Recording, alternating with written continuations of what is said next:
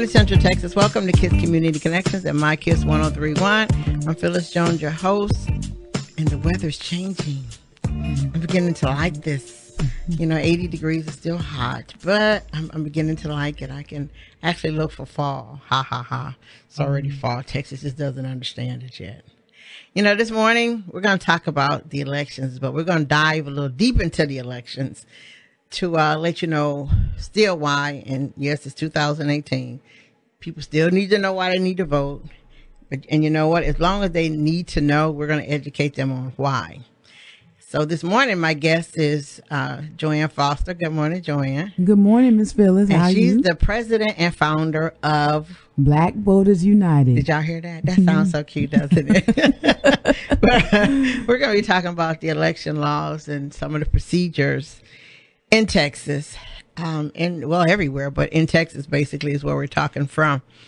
And, when we talk to our young people about voting, we need to remember a couple of things.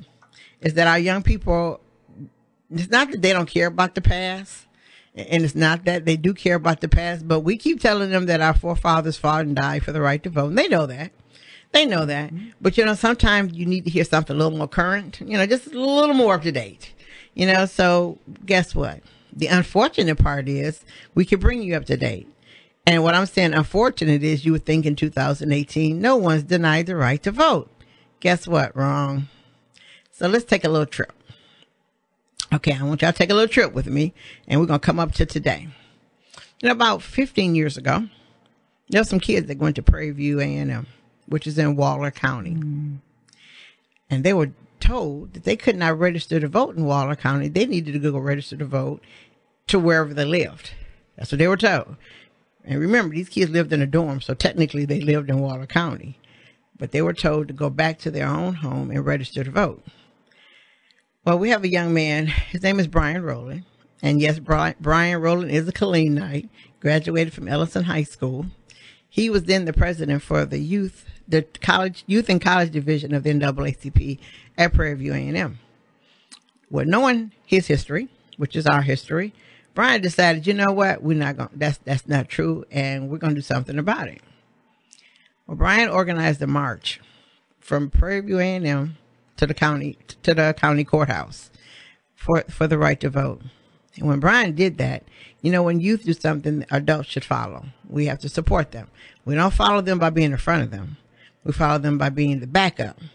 And what I mean is the backup is we know what they're fighting for. So our job is to be with them in the march in the back. But our voices also need to be heard, such as when they say something against them, we need to be the one to step up and say, hey, excuse me, respect them. We need to do that. And we did. So there were over 10,000 people in his march to Waller County Courthouse. And guess what? Oh, man, would you believe they registered to vote? Oh, my gosh. Would you think it was because all those people was at the door, But they did let the kids register. And, when something like that happens, we don't just walk away and say, okay, they registered to vote. Good. No, we don't walk away. We stay until the process is finished, meaning that they got their voter registration card and were allowed to vote without an issue. So between the NAACP and Department of Justice, we work with them during election time. We'll work with them anyway, but during election time, we work really close together because we need each other at that point. They need us, we need them, and we work well together. So those kids were allowed to vote. But that was 15 years ago, right? So guess what? I can even bring you up to 2018. Do you know that? 2018. Well, in 2018, about 3 weeks ago, we found out some kids that go to what's the name of the college? Wiley College. Wiley College. In Harris County, Texas, were told, listen to this. This is what they were told. They were told that they could not register to vote because they didn't have a driver's license. Joanne, is that right? Can you register to vote without a driver's license? No. Yes, ma'am. You can register. There's several different forms of ID that you can use to register to vote. And you can use your your gun license. You can't use your student ID, but you can use your gun license. That's the one that I know right off the top of my head. But you can actually register with no ID. Yes. But the day you vote, you have to show ID. That's right. And you know what? And you are absolutely right, because the fact is, and I don't know where my brain went, but the fact is, when you're registering people to vote, you do not have to see their ID. And I mean, if they know the last four of the social security number, I don't even ask them for their ID, because like I said, you don't have to see it when you register someone to vote. So these kids were told they couldn't even register to vote without a driver's license. That is not true. And that is according to the Texas Secretary of State website. I mean, that's where all of the laws, all the rules are all posted on the Texas Secretary of State website. So that's true. So one of the kids, one of them, he decided to step out and go, no, it's not true. Now, luckily, they didn't fight it on their own, because Harris County locks up more of us than anybody. Very true. Than any county in Texas. Very true. So had they fought this on their own, they probably would have got arrested. So we're glad that they didn't do that. But what they did do, they did contact our state office of NAACP and say, help. We're being denied to register to vote. Not even to vote, but to register to vote. So naturally, we went there. We made sure that their rights were done correctly. They are registered to vote. And yes, once again, we'll be there when they get their cards, and we'll be there when they go vote, because you need to do that. Now let's go back, and I'm going to explain to you why sometimes we're denied, and some kids are denied their right to vote. When you're a college student, you do live and go to school in the county to which you reside. So when they deny them to register to vote, it's not denying them to vote in the state election. It's not the presidential election they care about. What you need to look at is that county election. Yes. Because see, it's not about, most of the time when they denying these kids the right to vote, it has nothing to do with the state election. It has nothing to do with the governor, state legislator, Congress. It has nothing to do with any of those people. It's the local person that they care about, because they know the kids understand all of the other stuff. They know they understand the president. They understand that. But who the kids don't know, most likely, is the person running from the county down. They most likely don't know those people, don't come in contact with them. They don't know them. So, if me and Joanne want males to win an election, we won't let her son and none of his people register to vote, because we want him to win the election. So the best way to do that is take that college out of sight, university or college, out of the way, shift those kids someplace else, go vote at home, don't vote, or wherever. And we're going to do that strategy so that males can win the election. That's what we're going to do. So we need to listen when our people are denied the right to vote. It has nothing to do with what we think. It most likely has to do with the local election, and we will mess up the vote. What I mean by mess up the vote is, if I want males to win, and I let all these other college kids win, a vote, he most likely won't win. That's right. So we need to look at that part of the election when we see that people are denied the right to vote. And as we talk about the laws, what I want is everybody who's listening that belongs to a fraternity or sorority, you need to contact your HBCUs in Texas and see if those kids are being denied the right to vote. Do they know about their rights to vote? And if they don't know, or if they are being denied, make a phone call. Because, we should have a fraternity and sorority at every HBCU. If we don't, I suggest y'all go get one. And I know there's a fraternity brother who listens to the show every Sunday morning. So I'm talking about him. I'm not going to call his name. But I need y'all to do that. And the more we do this, the more we step up in effort, the more people will see we're paying attention. And guess what? We can make some of these things go away. So now I'm going to ask Joanne this all big, huge question, because it's like the question of the year every year. Someone that's a convicted felon, Joanne, can they vote? Yes, ma'am. They absolutely can vote, as long as they are not on probation or parole. They can vote. As a matter of fact, if you are confined in jail and you're a registered voter and you have not been convicted of a crime, then you can register to vote, and you can vote. So that is the law on people who have been or who are incarcerated or have been convicted of a felony. But the one thing we have to check. The young lady in Dallas who was on parole did not know she could not vote. Yeah, we know, and she voted. Well, she voted on a provisional ballot, but she's now spending time in jail for that. So what we need to find out is this: probation officers, is it written on a piece of paper that they tell them? Where is it written that they tell them? You know what I mean? Is it something written? Is it, well, I could tell them if I want to verbally. We need to know, is it written so that they can read it? Where is it printed to give them this information? Because a lot of times we end up telling the people that and they go, really? I didn't know that. So we need to find out, are they telling the people? You know what, that's an important thing too. I'm just going through my mind. I'm trying to figure out how can we get like I don't want to, have people's business out there, but as far as, even if I register them, like I said, I make sure that they read that card, because it says very clearly, if you've been convicted of a felony and you're on probation or parole, then, it's illegal for you to vote. But I don't know if there's a way, that me personally, if there's a list or something like that, I don't want to put their business out, but it's a matter of making sure that things like what happened to Crystal Mason don't happen again. So, I mean, that right there, that's what's important to me. I don't want anyone to get hemmed up and think that, that they're able to vote and they actually can't. So the people that, your probation officers, all belong to the county judge. So the county judge would be their boss. Their top person that they have to listen to. Yes, ma'am. So that would probably be the person to contact the county judge to find out, is it written?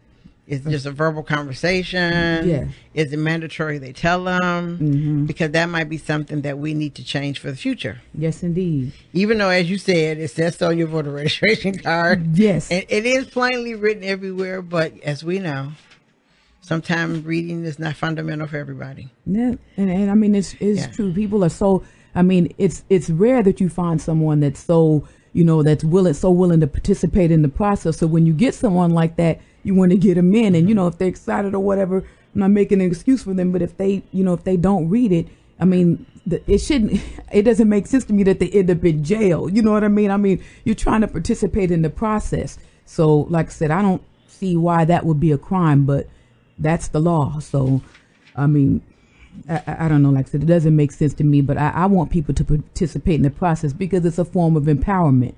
That's what it boils down to. You're empowered by being able to have an influence on the laws that affect you, and so, like I said, anybody that's for that, that's willing to do that, we have to get them in so that they can make a difference. So that's true. So yeah, we contact our county judge.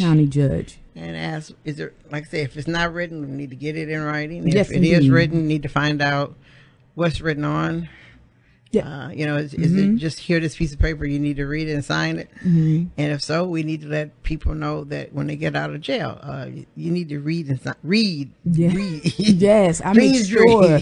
I've been making sure, I've been making sure lately that everybody reads that. I don't care how old, how young, that they read that very carefully. And I watch them read it because I don't want, like I said, that's the saddest thing to me. I'm saying, somebody that wanted to make a difference. And like I said, the people who put these laws in place, they know exactly what they're doing, and it's not an accident. You know what I mean? So, and I don't want people who have been through that type of thing to come out and think, well, if I vote, I'm gonna end up like that. I don't want that to be a deterrent.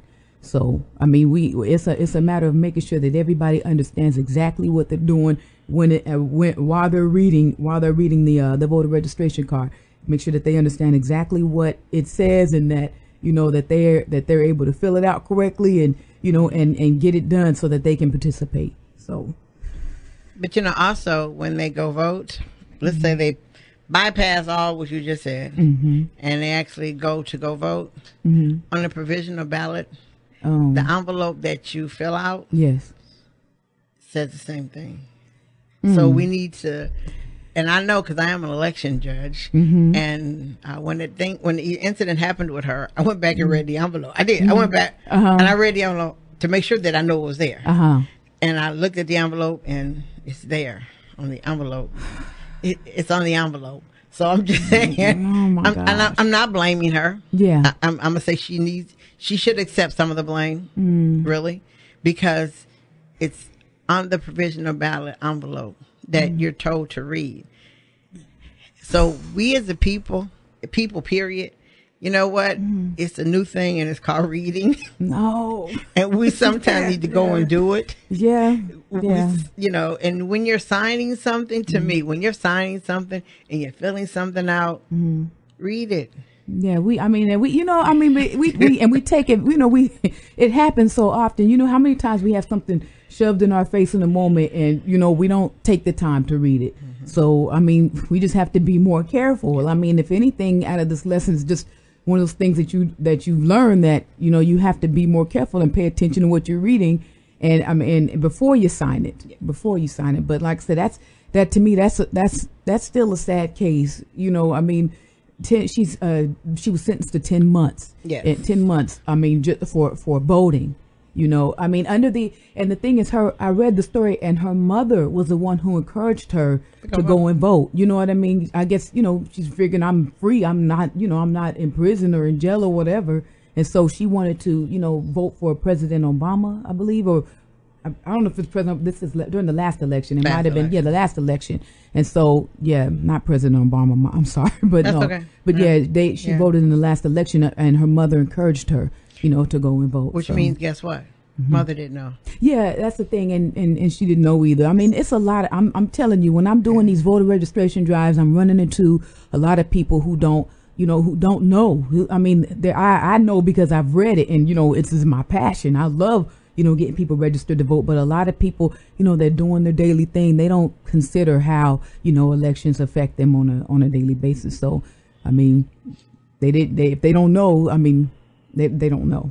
So it's a lady. She's still here. She's still my mentor. Her name is Rosa Herford, and Rosa used to do something that, first of all, when she did it, drove us absolutely crazy. It did. She drove us crazy. But later we learned that, okay, it was for a reason. One day Rosa had everybody pull out their voter registration card. And she asked you to show her on your voter registration card what district you were as far as the Senate. We're all looking at the card. It's not on there, is it? We're looking for it, and it was there. Oh my goodness! It's all on there, and But what she did was she taught us front and back how to read your voter registration card, especially the codes on the front. She said, "What district are you in?" I don't know. We would sit down, I don't know. And she was like, "It's right there." You're like, "Oh, okay, gotcha." So she told you. She said, "So you have a card, and you don't know what it says." We was like, nobody said anything because we were like, we're the dumbest people sitting here. Because I have this card that I treasure, and I have no clue what it's saying. Okay, so we learned that all your districts that you need to vote in on that card. Yes, ma'am. We learned that. Yes, ma'am. So she said, okay, now flip it over. What does it say? We're like, you didn't give us a chance to read it. She said, so you didn't read it when you got it? So we didn't say nothing at that point again. We played dumb. We did not go say a word because we realized exactly what that made us look like. We did. So we read the back of the card. So she said, okay, read it now. Yeah, read it now. Okay. So we sat there and we read it. Yes, we're mad at her because she made us do it. But afterwards, we realized what she was actually doing. She was actually helping us. Doing what we're doing, she was actually assisting us. Whereas, like I said, we took it as she was getting on our nerve. Why we got to read this? Oh my goodness! But after reading it, I realized the importance of actually reading the card. Absolutely. And after that, I began to ask her, have you read the voter registration? No. Guess what it said? Come back, go read your card. But she started us into something that was so simple. First of all, it's irritating. Because it was, the bad part is that we thought we were smart and we didn't know nothing on that card that it told you all your districts. We thought we had it all and realized we didn't. So what I'm saying is to tell people is that go read your voter registration card. Absolutely. And read the ballot. Look, we talk about how knowledge is power, right? And when you're talking about foundationally, the things that, and I preach is the things that affect you on a daily basis, the knowledge of what is going on in your neighborhood, what's going on in your city council, who your mayor is, who the person, the sheriff is, the district attorney, all these people that will have a direct impact on the things that, that happen to you on a daily basis. These people are making these laws. They are, without your input. And you can let things happen for you. You can let them happen to you. And that's what gets me, is that we sit back and we think about all of the things that, that happen to us, and how, we complain about them and all of that. If we are not involved in the process, if we don't have the knowledge, if we don't take the time to get the knowledge that's going to, affect the people we put in office, whether we voted or not, we put them in office. So if we don't take the time to understand how they're going to have an impact on our life, we are lost and dead in the water.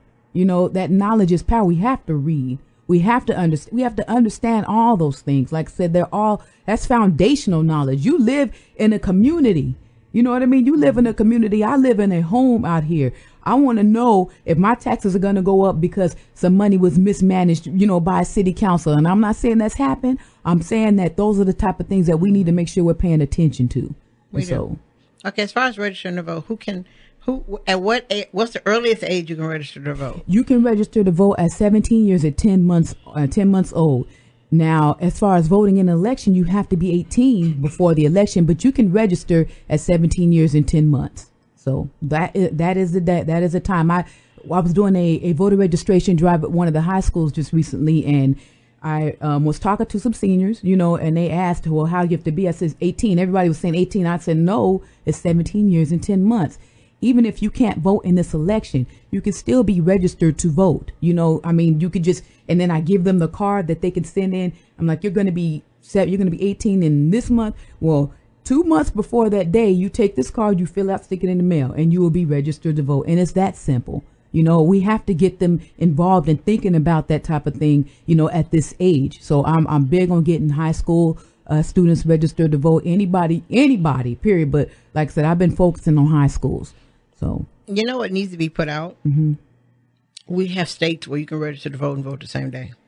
Oh yes, same day voter registration. Mm-hmm. But the problem is, people don't know that that's not everywhere. Oh yeah, and I mean it's important that people know. Like I said, that's one of those things. If you're interested in voting, then if you're interested to vote, the first thing you want to do is find out, what, if you're able to vote and where you go, and all the different things, all the like I said, the age. You want to find out if you're 18 years old, of course you're gonna figure you're eligible to vote, but you want to find out all the different laws about voting. I mean, it's very simple, and like I said, it's foundational knowledge. That's one of the main things you should be paying attention to. You know what I mean? Because it's right outside your front door, and even inside your home. I mean, it affects all of that. So, I mean, all the laws, the same day voter registration. There's several states, you're right, that has it, and they also they tell you that when you go to the DMV that you have the option to register to vote at that time, like if you're renewing your driver's license or whatever. And I read that that hasn't been taking place, and so that's one of the things that that needs to be focused on too. If you can go to the driver's license place and get and register to vote, you might have to check and make sure that you're registered to vote too. That's the other thing. That is another thing, that people think that they're registered to vote and they're not. Right. And they can go to votetexas.gov and they can find out if they're registered to vote. I do that with all the people who they ask me, can you verify? I'm like, yeah, I can verify, and I go right there and it says either active, and if it's active, that means that they're good. If it's suspended, that means that they're not, and they've either moved or they're off the rolls. And then I just registered somebody the other day whose voter registration was suspended. And so I got to register to vote too, because a lot of people don't know.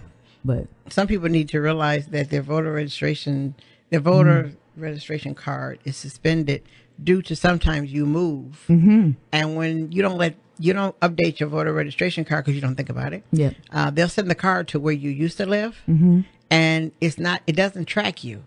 When you send it, they send it to where you used to live. It doesn't follow you. It goes back. As soon as it goes back, you're suspended. That's right. You're suspended, and you can vote when you that year, but you have to show them all this other stuff, or either best go back to where you used to register, where you used to live and vote, and change it at that time.